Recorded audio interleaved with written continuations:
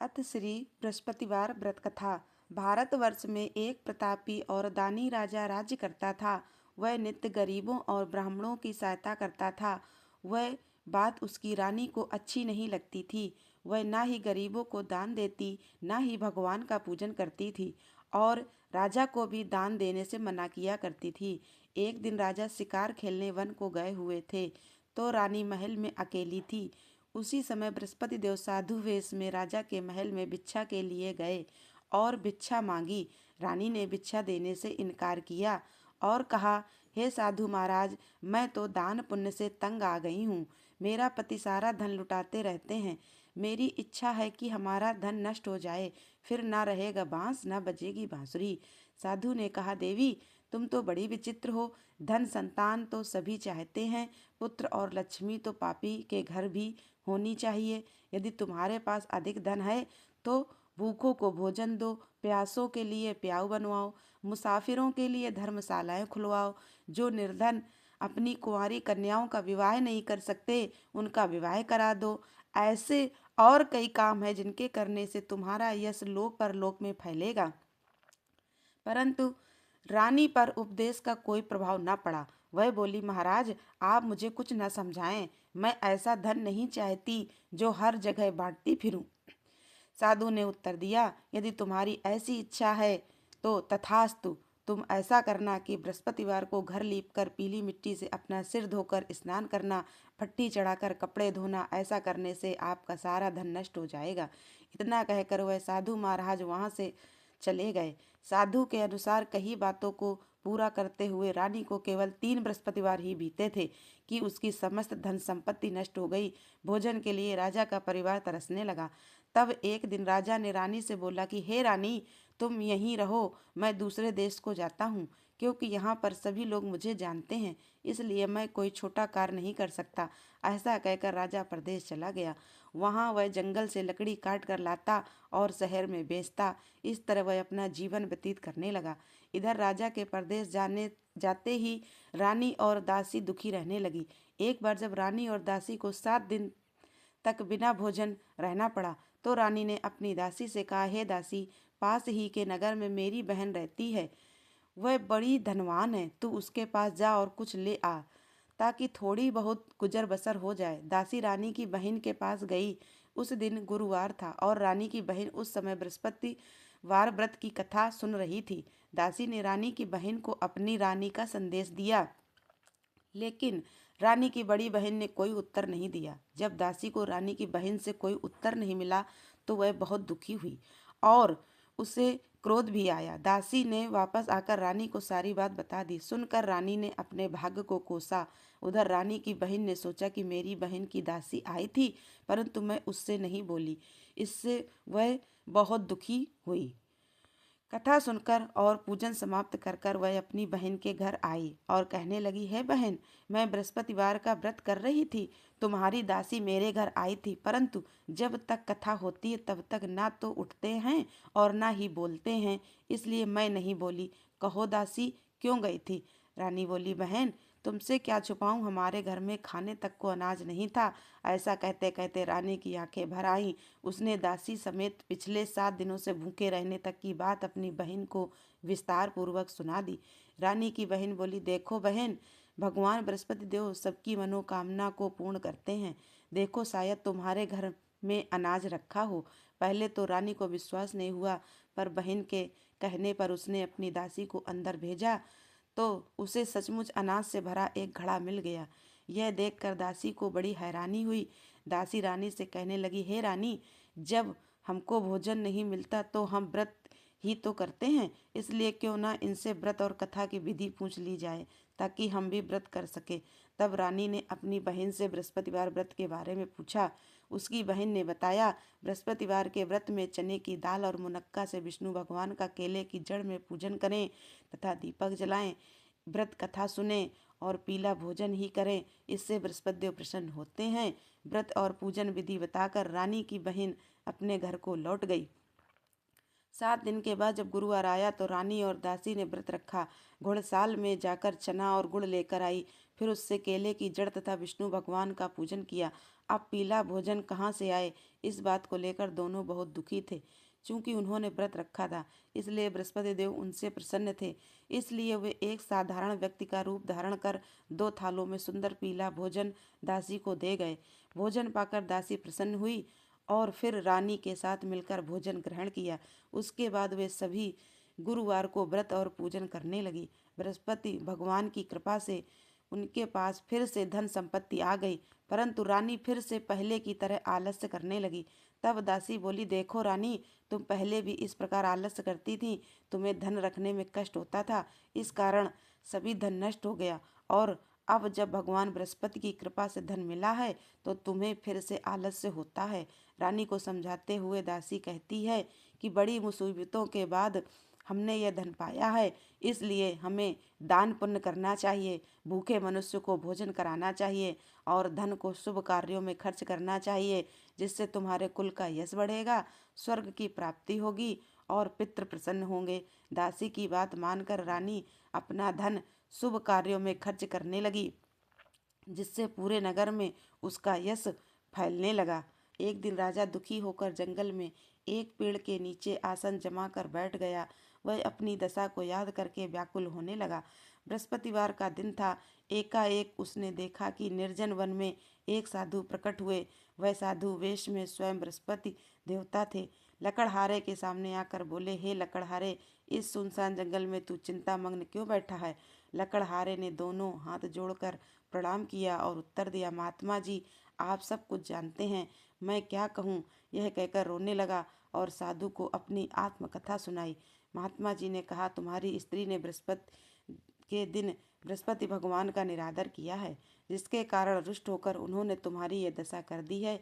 अब तुम चिंता को दूर करके मेरे कहने पर चलो तो तुम्हारे सब कष्ट दूर हो जाएंगे और भगवान पहले से भी अधिक संपत्ति देंगे। तुम बृहस्पति के दिन कथा किया करो। 2 पैसे के चने मुनक्का लाकर उसका प्रसाद बनाओ और शुद्ध जल से लोटे में शक्कर मिलाकर और अमृत तैयार करो। कथा के पश्चात अपने सारे परिवार और सुनने वाले प्रेमियों में अमृत व प्रसाद बांटकर आप भी ग्रहण करो। ऐसा करने से भगवान तुम्हारी सब मनोकामनाएं पूरी करेंगे। साधु के ऐसे वचन सुनकर लकड़हारा बोला, हे प्रभु, मुझे लकड़ी बेचकर इतना पैसा नहीं मिलता जिससे भोजन के उपरांत कुछ बचा सकूं। मैंने रात्रि में अपनी स्त्री को व्याकुल देखा है। मेरे पास कुछ भी नहीं है जिससे मैं उसकी खबर मंगा सकूं।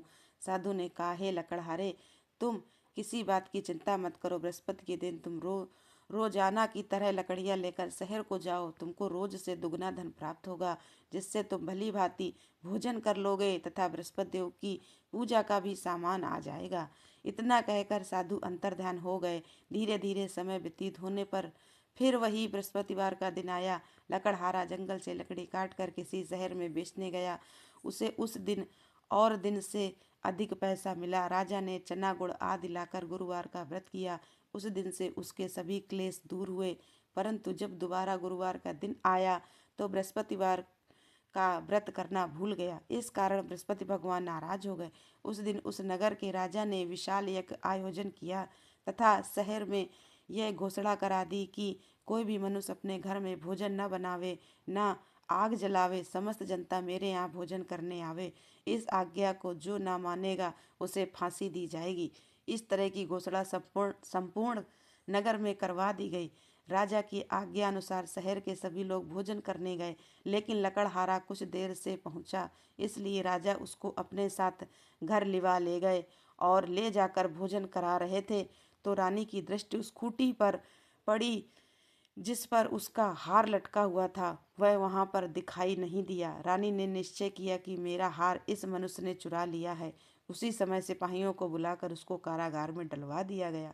जब लकड़हारा कारागार में पड़ गया और बहुत दुखी होकर विचार करने लगा कि न जाने कौन से पूर्व जन्म के कर्म हैं, मुझे यह दुख प्राप्त हुआ है, और उसी साधु को याद करने लगा जो कि जंगल में मिला था। उसी समय तत्काल बृहस्पति देव साधु के रूप में प्रकट हुए और उसकी दशा को देखकर कहने लगे, अरे मूर्ख, तूने बृहस्पति देव की कथा नहीं करी, इस कारण तुझे दुख प्राप्त हुआ है।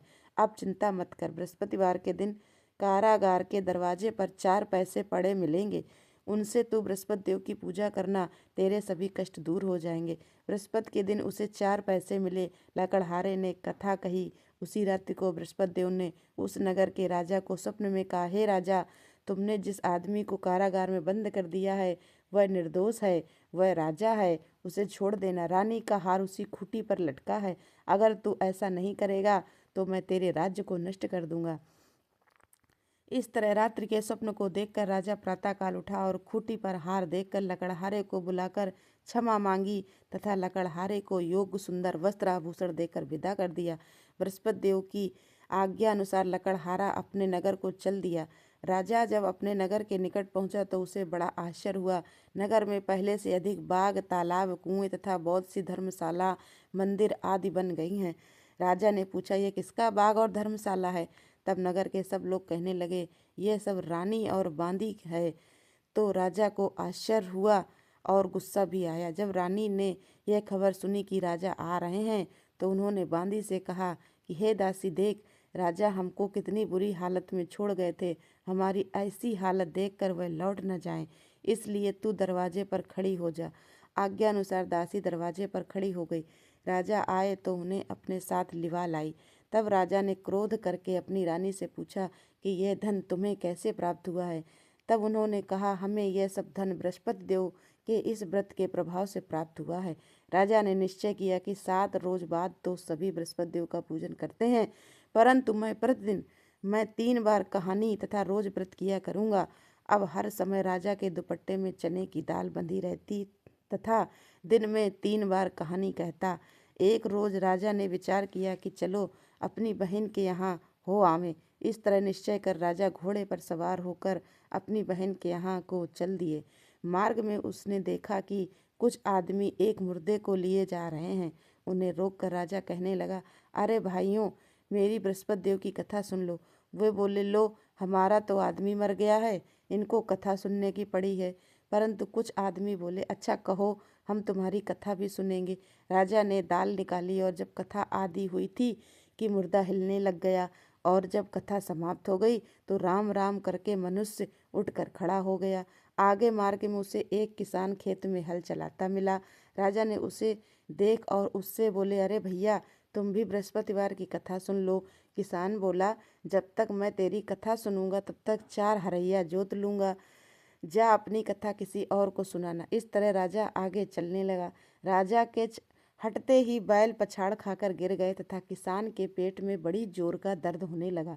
उस समय उसकी माँ रोटी लेकर आई। उसने जब ये देखा तो अपने पुत्र से सब हाल पूछा और बेटे ने सभी हाल कह दिया।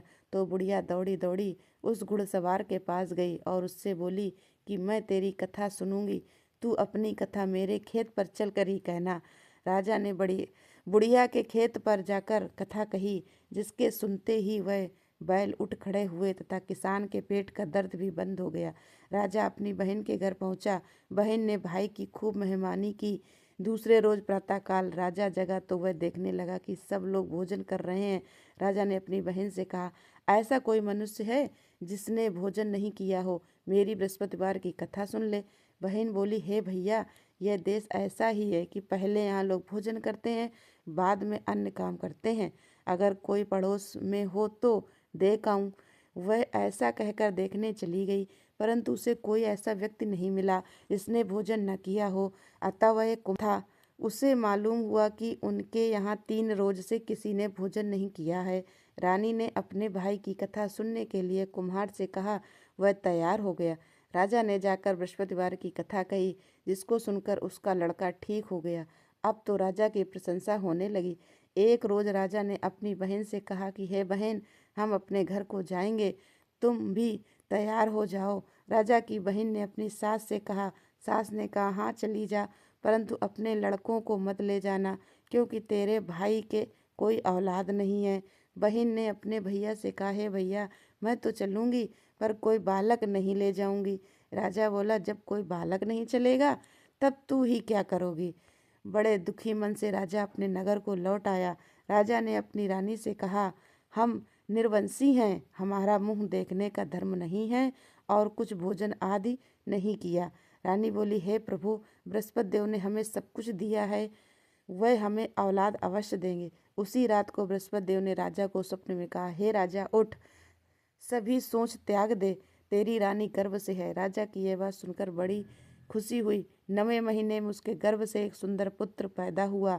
तब राजा बोला, हे रानी, स्त्री बिना भोजन के रह सकती है पर बिना कहे नहीं रह सकती। जब मेरी बहन आवे तुम उससे कुछ कहना मत। रानी ने सुनकर हाँ कर दिया। जब राजा की रानी बहन ने यह शुभ समाचार सुना तो वह बहुत खुश हुई तथा बधाई लेकर अपने भाई के यहाँ आई। तभी रानी ने कहा, घोड़ा चढ़कर तो नहीं आई, गधा चढ़ी आई। राजा की बहन बोली, भाभी, मैं इस प्रकार न कहती तो तुम्हें औलाद कैसे मिलती। बृहस्पति देव ऐसे ही जैसी जिसके मन में कामनाएं हैं सभी को पूर्ण करते हैं। जो सद्भावना पूर्वक बृहस्पतिवार का व्रत करता है एवं कथा पढ़ता अथवा सुनता है, दूसरों को सुनाता है, बृहस्पति देव उसकी सभी मनोकामनाओं को पूर्ण करते हैं।